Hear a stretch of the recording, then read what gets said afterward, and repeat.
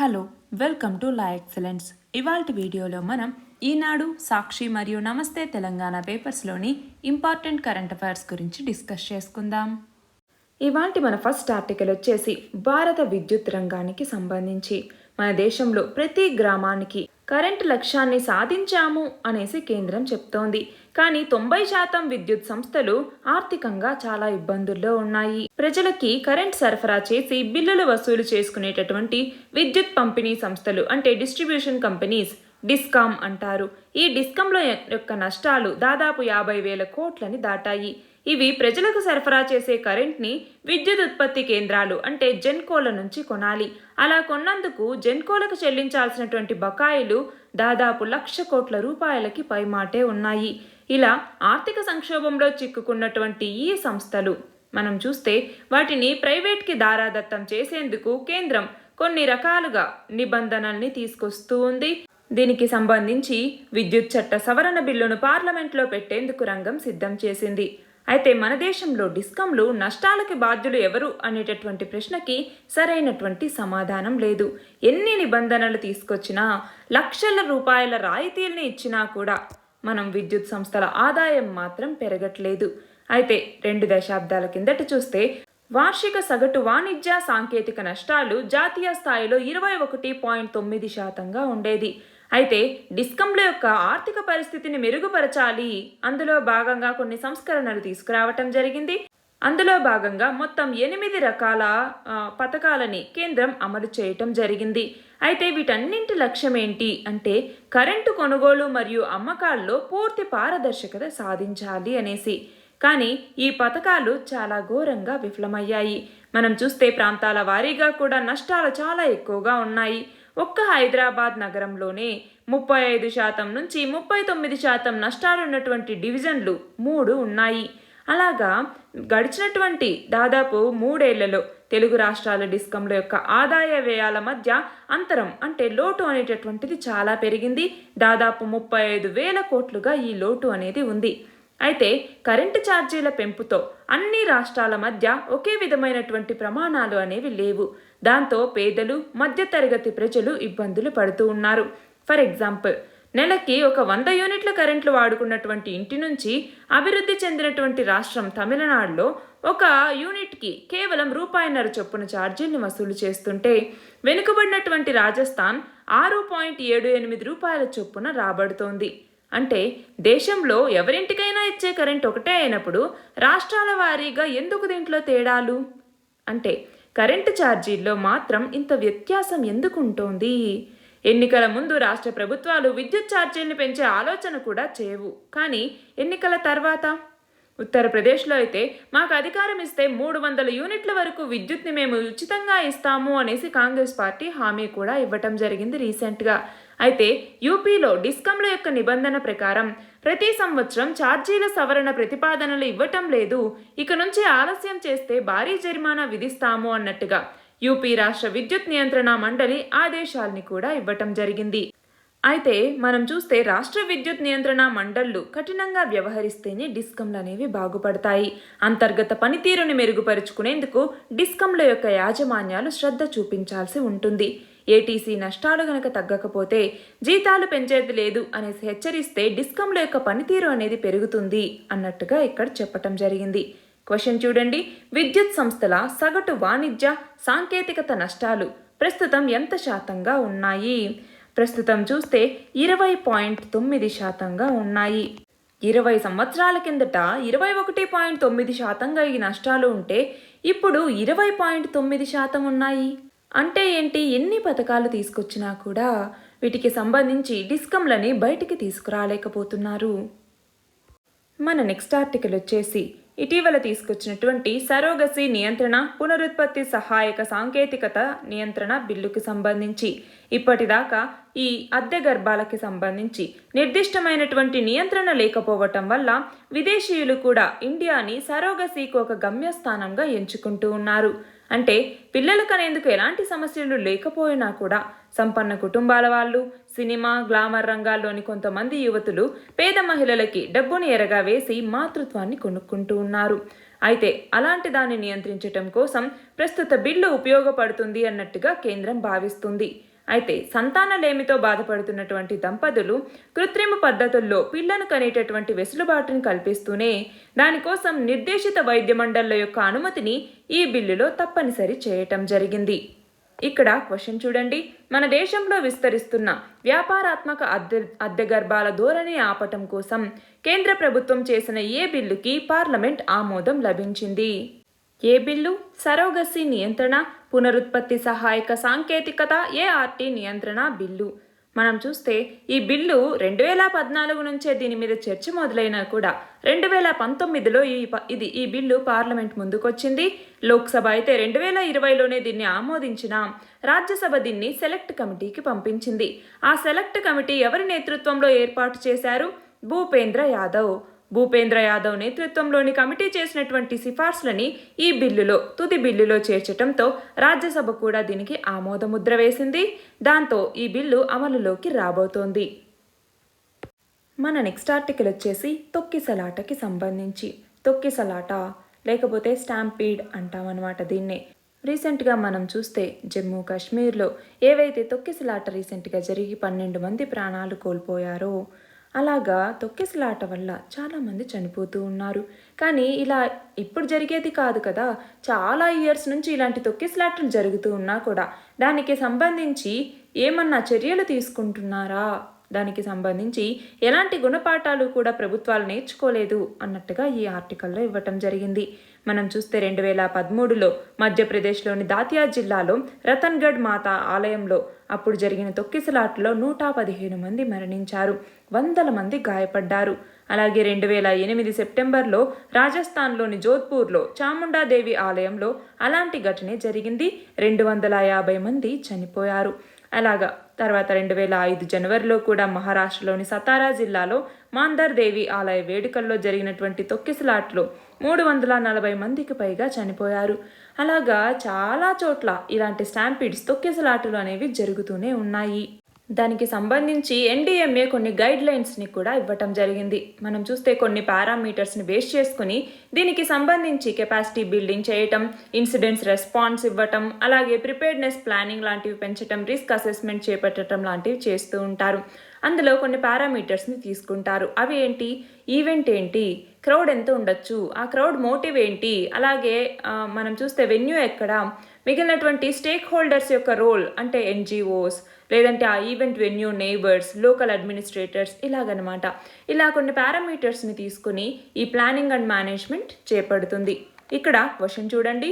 తొక్కిసలాట స్టాంపీడ్ అంటాము. ఇలా తొక్కిసలాట చోటు చేసుకోవటానికి గల వివిధ కారణాలను తెలపండి. ఇక్కడ ఈ పిక్చర్లో మనం చూస్తే ఎక్కడెక్కడ స్టాంపీడ్స్ జరిగాయి అన్నట్టుగా కొంచెం లిస్ట్ అనమాట ఇది. అయితే ఇలా తొక్కిసలాట చోటు చేసుకోవటానికి కారణాలేంటి? ఒకటి స్ట్రక్చరల్ కాజెస్ అంటే బ్యారికేడ్స్, అలాగే మేక్ షిఫ్ట్ బ్రిడ్జ్ కావచ్చు, కొన్ని టెంపరరీ స్ట్రక్చర్స్ కావచ్చు. అలాగా అవి కొలాప్స్ అవ్వటం వల్ల ఇలాంటి స్టాంపీడ్కి కారణమవుతాయి. రెండవది ఫైర్ అంటే ఎలక్ట్రిసిటీకి సంబంధించి ఫైర్ ఎక్స్టింగ్విషర్స్ లేకపోవటం వల్ల, సరిగ్గా పని చేయకపోవటం వల్ల, అలాగే ఎన్క్లోజ్డ్ ప్లేసెస్లో ఫైర్ వర్క్స్ సరిగ్గా లేకపోవటం వల్ల కానీ, లేదంటే ఫిట్టింగ్స్ సరిగ్గా లేకపోవటం, అల్యూమినియం వైర్స్ ఇలాంటి వీటి వల్ల ఫైర్ కానీ అంటే ఎలక్ట్రిసిటీ అన్నటువంటిది అక్కడ ఫైర్ జనరేట్ అయితే దానివల్ల తొక్కిసలాట అనేది జరుగుతుంది. అలాగే క్రౌడ్ ఏదైతే ఉంటుందో దాన్ని కంట్రోల్ చేయటం రాలేదనుకోండి, ఇనబిలిటీ అనేటటువంటిది ఉందనుకోండి, లేదంటే క్రౌడ్ మనం ఎక్స్పెక్ట్ చేసిన దానికన్నా ఎక్కువ మంది వచ్చేసారనుకోండి, అలాంటి టైంలో కూడా తొక్కిసలాట జరగటానికి కారణం ఉంది. అలాగే ఆ క్రౌడ్ బిహేవియర్ని బట్టి అంటే ఏంటి, కొంతమంది ఎంట్రన్స్ ఎగ్జిట్లోకి వచ్చేసరికి ఫోర్స్గా వస్తూ ఉంటారు. అలాగే మనం ఇర్రెస్పాన్సిబుల్ క్రౌడ్ బిహేవియర్ అంటాం కదా, అలా ఉన్నప్పుడు పీపుల్ రివర్స్ డైరెక్షన్లో సడన్ ఫ్లో అయినప్పుడు కూడా ఇలాంటి తొక్కిసలాటలు జరుగుతూ ఉంటాయి. అలాగే సెక్యూరిటీ రిలేటెడ్ ట్రిగర్స్ అన్నట్టు వచ్చినప్పుడు అంటే అండర్ స్టాఫ్డ్ సెక్యూరిటీ పర్సనల్ సరిగ్గా ఆ క్రౌడ్ని కంట్రోల్ చేయలేకపోయినా, అలాగే మనం చూస్తే ఈ అన్అడెక్వేట్ డ్రిల్స్ అంటాము, అంటే యాక్చువల్ డిప్లాయ్మెంట్ జరగకముందు అడెక్వేట్ గ్రిల్స్ లేకపోవటం వల్ల కావచ్చు, సైంటిఫిక్ ప్లానింగ్ లేకపోవటం వల్ల కావచ్చు, సరైన CCTV సర్వైలెన్స్ లేకపోవటం, పబ్లిక్ అనౌన్స్మెంట్ సిస్టమ్స్ లేకపోవటం, ఇలాంటి సెక్యూరిటీ రిలేటెడ్ ట్రిగ్గర్స్ వల్ల కూడా తొక్కిసలాట చేసుకునేటటువంటి ప్రమాదం ఉంది. అలాగే స్టేక్ హోల్డర్స్ మధ్య సరైనటువంటి కోఆర్డినేషన్ లేకపోవటం వల్ల, ఇన్ఫ్రాస్ట్రక్చర్ సరిగ్గా లేకపోవటం, మెడికల్ అసిస్టెంట్స్ లేకపోవటం, పబ్లిక్ ట్రాన్స్పోర్ట్ సరిగ్గా లేకపోవటం, కమ్యూనికేషన్ డిలేస్, వీటన్నింటి వల్ల కూడా బిట్వీన్ ద స్టేక్ హోల్డర్స్ సరిగా కోఆర్డినేషన్ లేకపోతే దానివల్ల కూడా తొక్కిసలాటలు చోటు చేసుకునేటటువంటి ప్రమాదం అనేది ఉంది. మన నెక్స్ట్ ఆర్టికల్ వచ్చేసి విద్యుత్ అఘాతం కారణంగా ఏనుగులు చనిపోతూ ఉండటం మీద సిజేఐ జస్టిస్ ఎన్వి రమణ వ్యాఖ్యానించటం జరిగింది. ఇందులో భాగంగా కేంద్రంతో పాటుగా ఆంధ్రప్రదేశ్, అరుణాచల్ ప్రదేశ్, అస్సాం లాంటి రాష్ట్రాలని సుప్రీంకోర్టు ఇలా ఈ ఏనుగులు చనిపోతూ ఉండటం మీద స్పందన ఏంటో మీరు తెలియజేయండి అన్నట్టుగా నోటీసులు జారీ చేయటం జరిగింది. ఇటీవల గురుగ్రామ్ నివాసి అయినటువంటి ప్రేరణా సింగ్ బింద్రా వీరు వన్యప్రాణి సంరక్షణ కేంద్రాలు, జాతీయ పార్కులు మరియు రక్షిత అటవీ ప్రాంతాల్లో హై వోల్టేజ్ విద్యుత్ లైన్ల నుంచి వన్యప్రాణులకి రక్షణ కల్పించాలి అనేసి పిటిషన్ దాఖలు చేయటం జరిగింది. దానికి సంబంధించి ఇలాగా ఈ రాష్ట్రాలకి, కేంద్రానికి కూడా ధర్మాసనం నోటీసులు జారీ చేయటం జరిగింది. క్వశ్చన్ చూడండి, అంతర్జాతీయ జంతు దినోత్సవాన్ని ఏ రోజున నిర్వహిస్తారు? అక్టోబర్ 4వ తేదీని అంతర్జాతీయ జంతు దినోత్సవంగా నిర్వహిస్తారు. మన నెక్స్ట్ ఆర్టికల్ వచ్చేసి మన దేశంలో ఒమిక్రాన్ కేసులు అనేవి పెరిగిపోతూ ఉన్నాయి. ప్రధానంగా ఒమిక్రాన్ అన్నటువంటిది దీని యొక్క వ్యాప్తి తీవ్రంగా ఉంది అన్నట్టుగా కేంద్ర ప్రభుత్వం తెలిపింది. మరొకరి నుంచి ఒకరికి ఈ వైరస్ పెరిగేటటువంటి ఆ తీరు అనేటటువంటిది కూడా పెరుగుతోంది అన్నట్టుగా చెప్పటం జరిగింది.